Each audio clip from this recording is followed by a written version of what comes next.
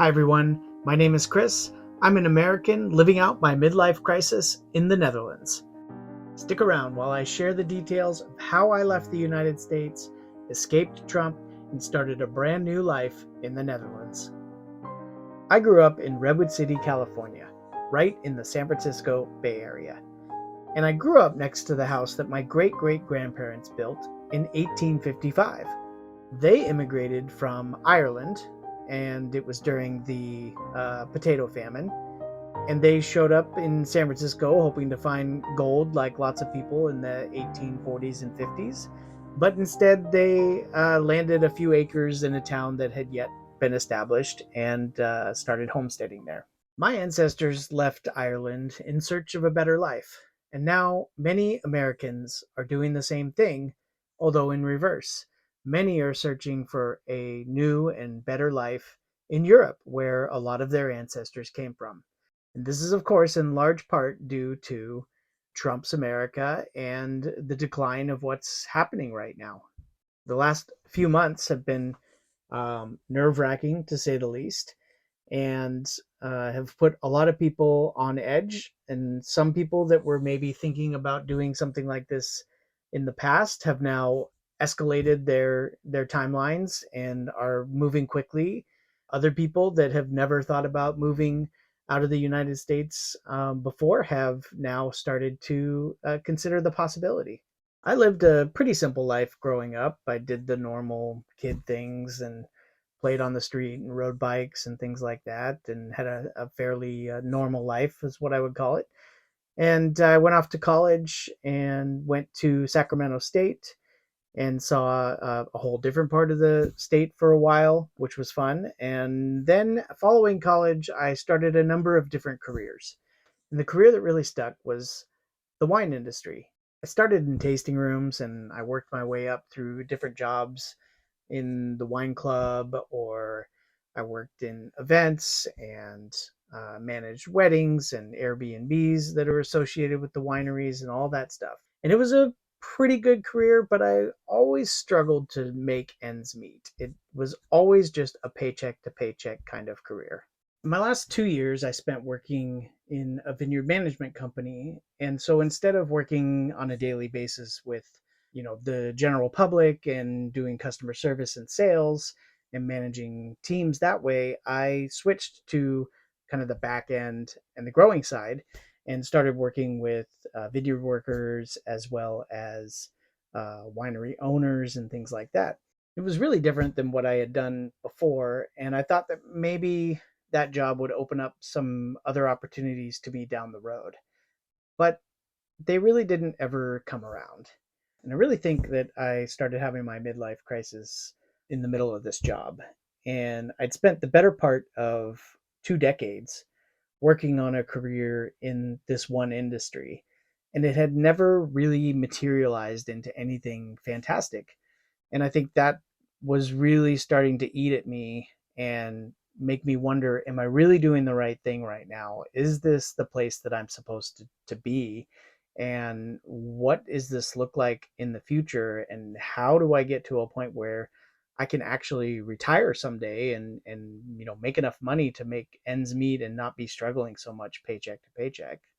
One of my biggest concerns had always been the safety of my kids. And this went back all the way to when my oldest started school. When they were in kindergarten, the Newtown, Connecticut shooting happened, which those kids were the same age. And I don't think I really ever slept well after that, sending my kids to school every day. And sure, we lived in a small town of about 10,000 people, and it seemed like a pretty safe place. But if you really looked at it, somebody could just walk on their campus and start shooting. And there were really no protections. There were no gates that were keeping people out or kids in for that matter. And it just didn't seem like that safe of a place. And it always just kind of kept there in the back of my mind. And then we moved to Salem, Oregon, and the kids started having regular active shooter drills. And every once in a while, one of their classmates would bring a gun to school and they would go into a lockdown. Nobody was ever shot at school, but it was still a big concern. And so when COVID hit, we ended up homeschooling our kids until we left for the Netherlands. It just didn't make sense to have our kids go back to school for multiple reasons. But one of those big reasons was all the guns and the gun issues that we were having in Salem. And one day we heard about a shooting that happened at a park not too far from our house.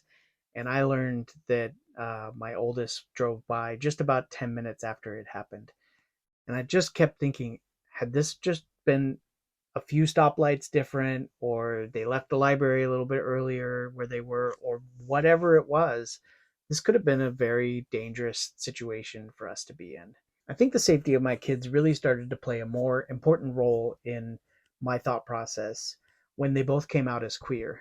And when there are people in your family that are members of the LGBTQ plus community, you start to look at things a little bit differently. And in this case, we were living in an area that was not very safe for them.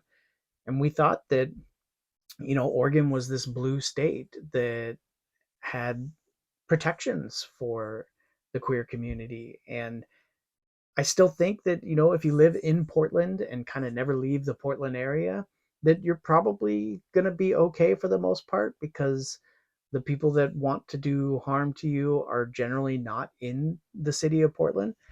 But you go right outside the town of Portland and it gets into a completely different situation. And we were in one of those towns where I'm pretty sure all our neighbors were Trumpers. Most of them had guns.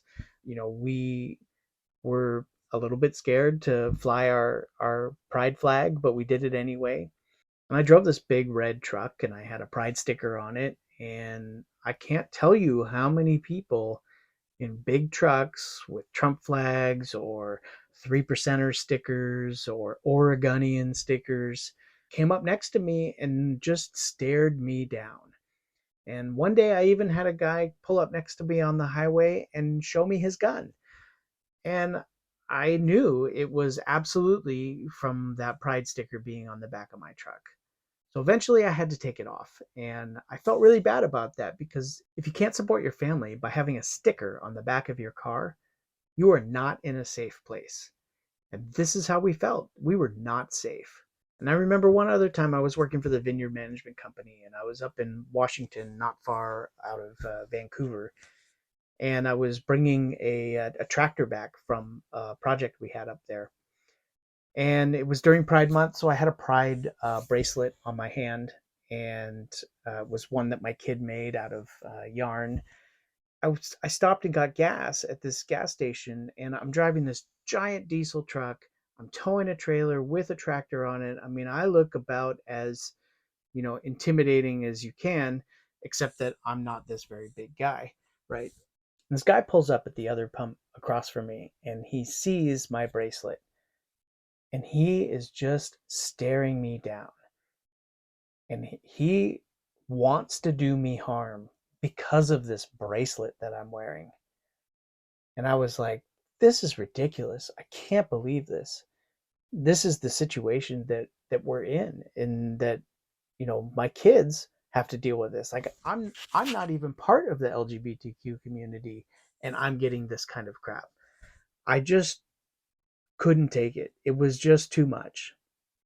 But my final straw, and when I absolutely knew that we needed to leave the United States, or at least Oregon, was when Next Benedict was killed. Next was a non binary teen from Oklahoma that was bullied and beaten so badly in their high school bathroom that after they were released from the hospital, they went home and took their own life. Now, my oldest is a non binary teen, and they were exactly the same age at the time that this happened. And I just kept thinking, had we let the kids go back to school after they had alleviated some of the COVID challenges, that we might very well be in that same situation. Now, Oregon is not Oklahoma, but we saw a lot of the same challenges. My kids were bullied relentlessly during middle school. None of the teachers or administration would do anything about it. There were just too many similarities between my non binary teen and Next Benedict. And when that news hit, It was February 8th, 2024, and I just absolutely knew that we had to leave.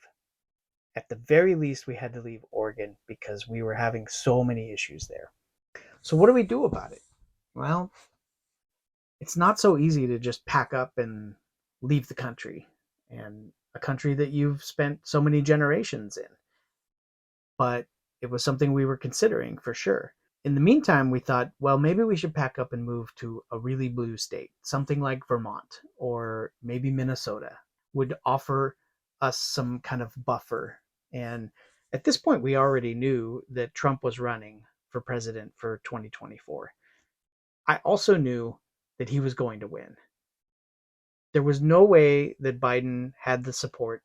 And what we saw in our town and in Oregon was a huge shift towards supporting Trump. Now, if a blue state like Oregon makes a shift like that, then we know that the rest of the country was also seeing similar things. So ultimately, we decided to up our search. And my wife went to work on trying to figure out where we might be able to go. At first, we thought Ireland. We are both Irish by descent, although my family is 5 generations away from me, or four really, and my wife had some great grandparents that were from Ireland. And so we quickly discovered that we were about a generation too far away from making that possibility happen. The kids brought up New Zealand a lot, and I was intrigued by New Zealand because I thought that they have a great wine industry there, and I could definitely take my 17 years of experience and maybe find a job. But I also knew that it was very expensive and that jobs were pretty difficult to find. Then we started looking at Europe a little bit more, and we discovered that there may be some possibilities in Portugal and Spain. Both of those had both work visas as well as visas that were considered golden visas, and those may have been possibilities. We looked at the money and we probably didn't have enough saved up in order to make that happen, or wouldn't make enough on a house sale to make that happen. And so we kind of crossed those off the list fairly quickly. And then one day my wife stumbled upon the Netherlands, and the Netherlands has a visa called the Dutch American Friendship Treaty visa. And this was created in 1956 between the United States and the Netherlands. It's an entrepreneur visa that requires the visa holder to start a business in the respective countries. Now, the Netherlands is set up with a relatively low amount of money that is required to start a business, while the United States is fairly high. And I thought that was very interesting because to get a visa in the Netherlands, you have to make a 4,500 euro investment into a new business. And in the United States, it was about 5 times that amount. So it was very clear to me that the Netherlands wanted Americans to come and experience what was happening. And the United States very much didn't want any of that to happen. It's kind of an underused visa. Most people come to the Netherlands either on a highly skilled migrant visa or a student visa. There's only about 400 or 500 visa applications every year for the Dutch American Friendship Treaty, or we call it DAFT. I was kind of surprised that there really aren't more people that know about this and go ahead and make that visa happen. The first visa and resident permit is good for 2 years. After that, you have to show that you've made some sort of effort to build your business and basically create tax revenue, is what the Dutch government is looking for, and that you kept your investment of the 4,500 euros in the bank. So it's not something you can put 4,500 euros in the bank and then start taking it out and using it for daily life. They don't want you to do that at all. It has to be the investment in the company has to stay in the bank. And from what I understand, most people, if not all, get approved for the very first visa, so the 2 years. After that, things get a little more challenging because a lot of people maybe didn't understand that you have to actually build a business. And in order to do that, you have to learn how to do that in a new country, and a country that doesn't speak English as their native language. So all of the government forms and everything, it's all in Dutch, as it should be. And so usually when you come around to renewal time after the initial 2 years, the people that don't get renewed end up having a failed business usually, or they end up not renewing on their own because they decided that their business was not something that was going to be able to sustain them in the country. So when my wife brought up the DAFT visa to me as an opportunity to move to the Netherlands, I absolutely knew this was the right thing. This is our ticket and our way out of the United States and the impending Trump presidency. So I thought about it for a few days and tried to think about, okay, what kind of business could I build? And I did a little bit of research about what the country was like and watched some YouTube videos. I inserted the words like wine in the Netherlands and discovered that there's actually 180 vineyards in the Netherlands. Now, a lot of them are really small, but there are vineyards and there are wineries and they are open to the public. And so my immediate thought was something that I had always wanted to do, but never had the opportunity to, was to start a wine tour company. So one night, a few days after my wife had told me about the DAFT visa, I announced that I was going to be able to start a company, a wine tour company in the Netherlands, and this was going to be our way out. And they all thought it was a great idea.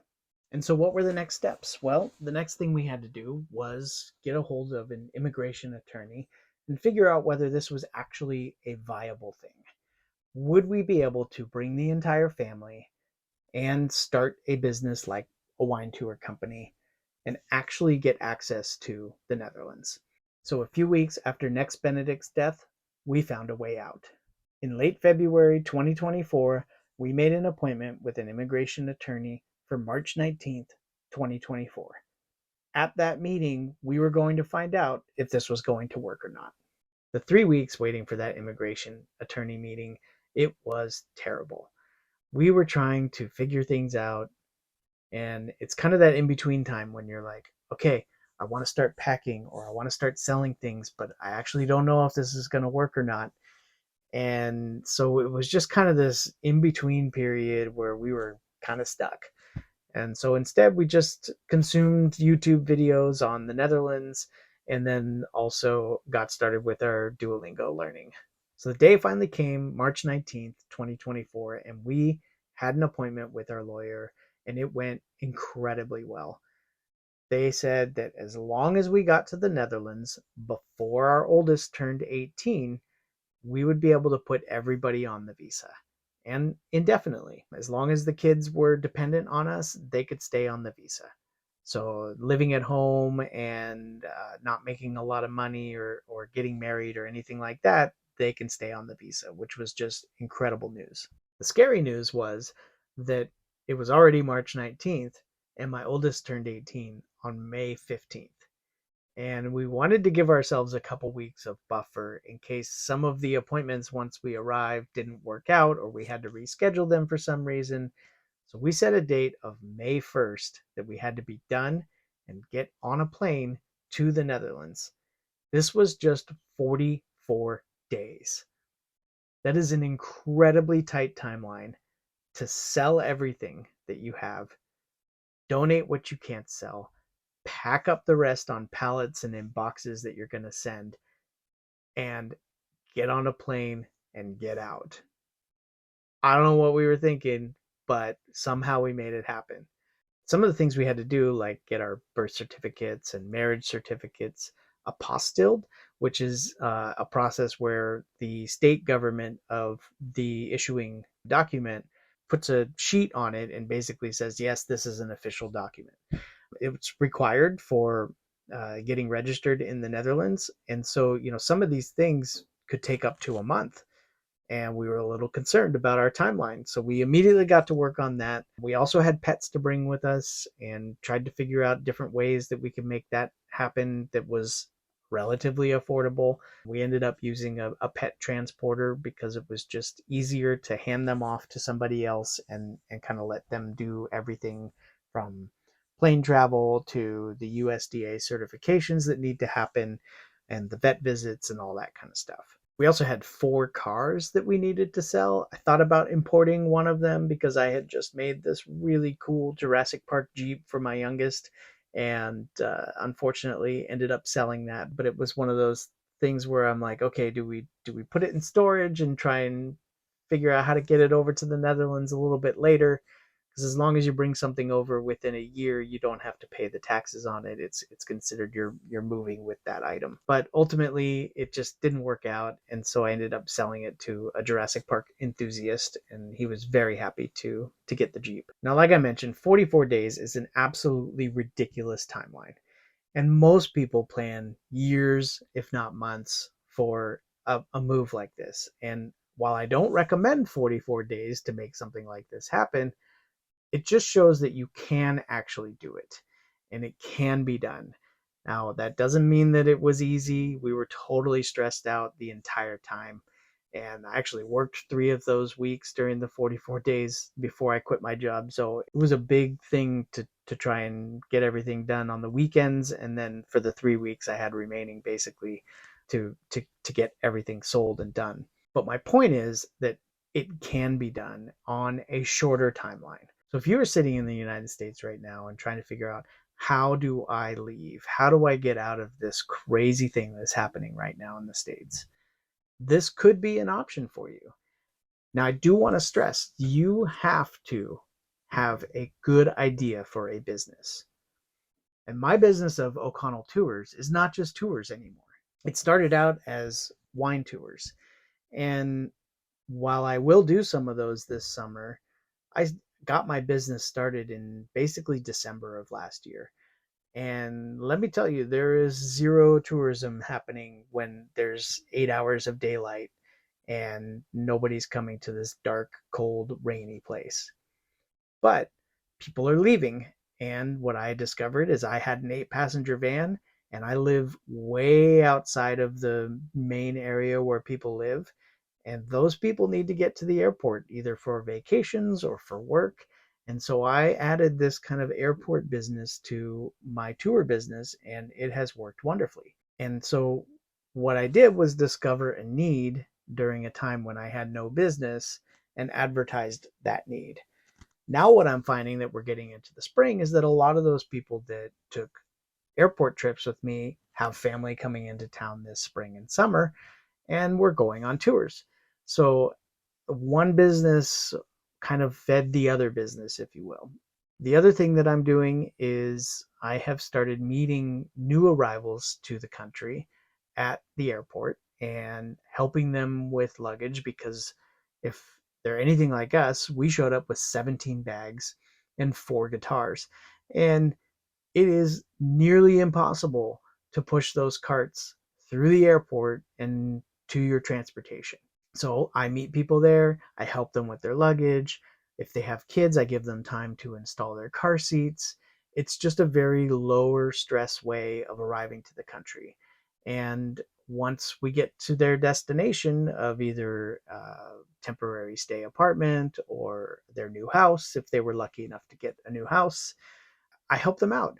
I show them how some things are different here and work here differently. And sometimes they need to stay at a hotel for a couple of days. So we drop some things off at their house and then go to the hotel while they're waiting for like IKEA stuff to show up. So there's just a lot of things that happen in the first few days of arriving to a new country that if you don't know and you haven't done the research, or even if you have, it's very different when you finally see it in person. And the first number of days and weeks are all about getting adjusted to your new life. And so that business has been working for me. And I think, if I hadn't been open to the idea of something outside of just wine tours, that I would be stuck right now with a zero revenue business or close to it.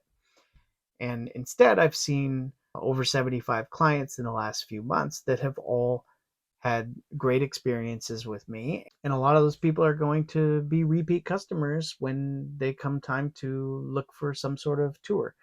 And I don't just give wine tours.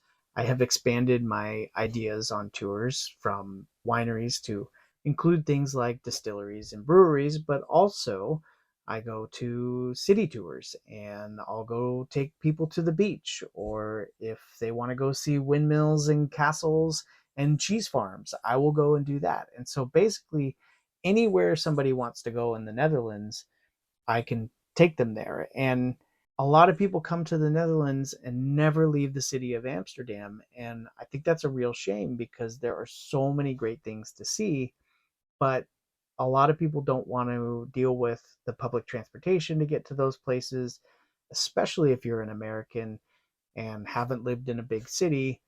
The public transportation can be pretty intimidating. And so all of this to say that, you have to have some sort of viable business. A lot of people use the DAFT visa for an existing business they have, which is totally fine. You can absolutely do that.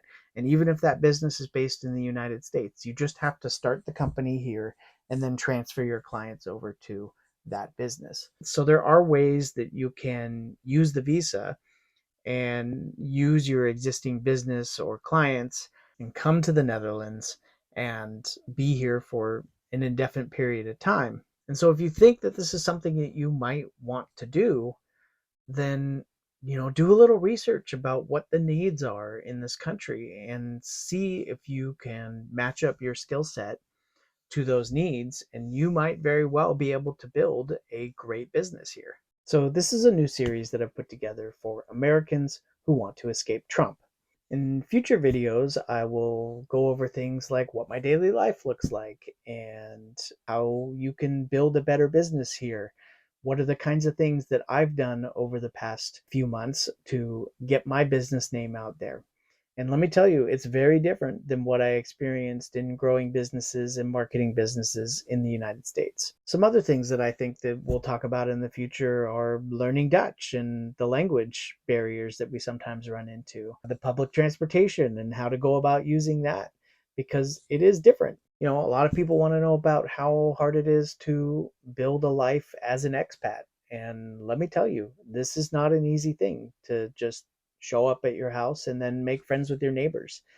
That's not a thing that happens here like it used to in the United States. I think we'll spend some time talking about the weather and Dutch culture. And then I'd like to take you out and show you some of this beautiful country. I mean, I do have a tour company after all, so why not share some of that with you? So if this video has resonated with you and you are sitting on the other side of this screen and deciding, hey, I think I really want to leave the United States, then go ahead and hit like and subscribe, and we can have a further conversation. Leave me a comment and tell me what it is that you're thinking of doing here, and I'd be happy to tell you whether I think it's a good idea or not.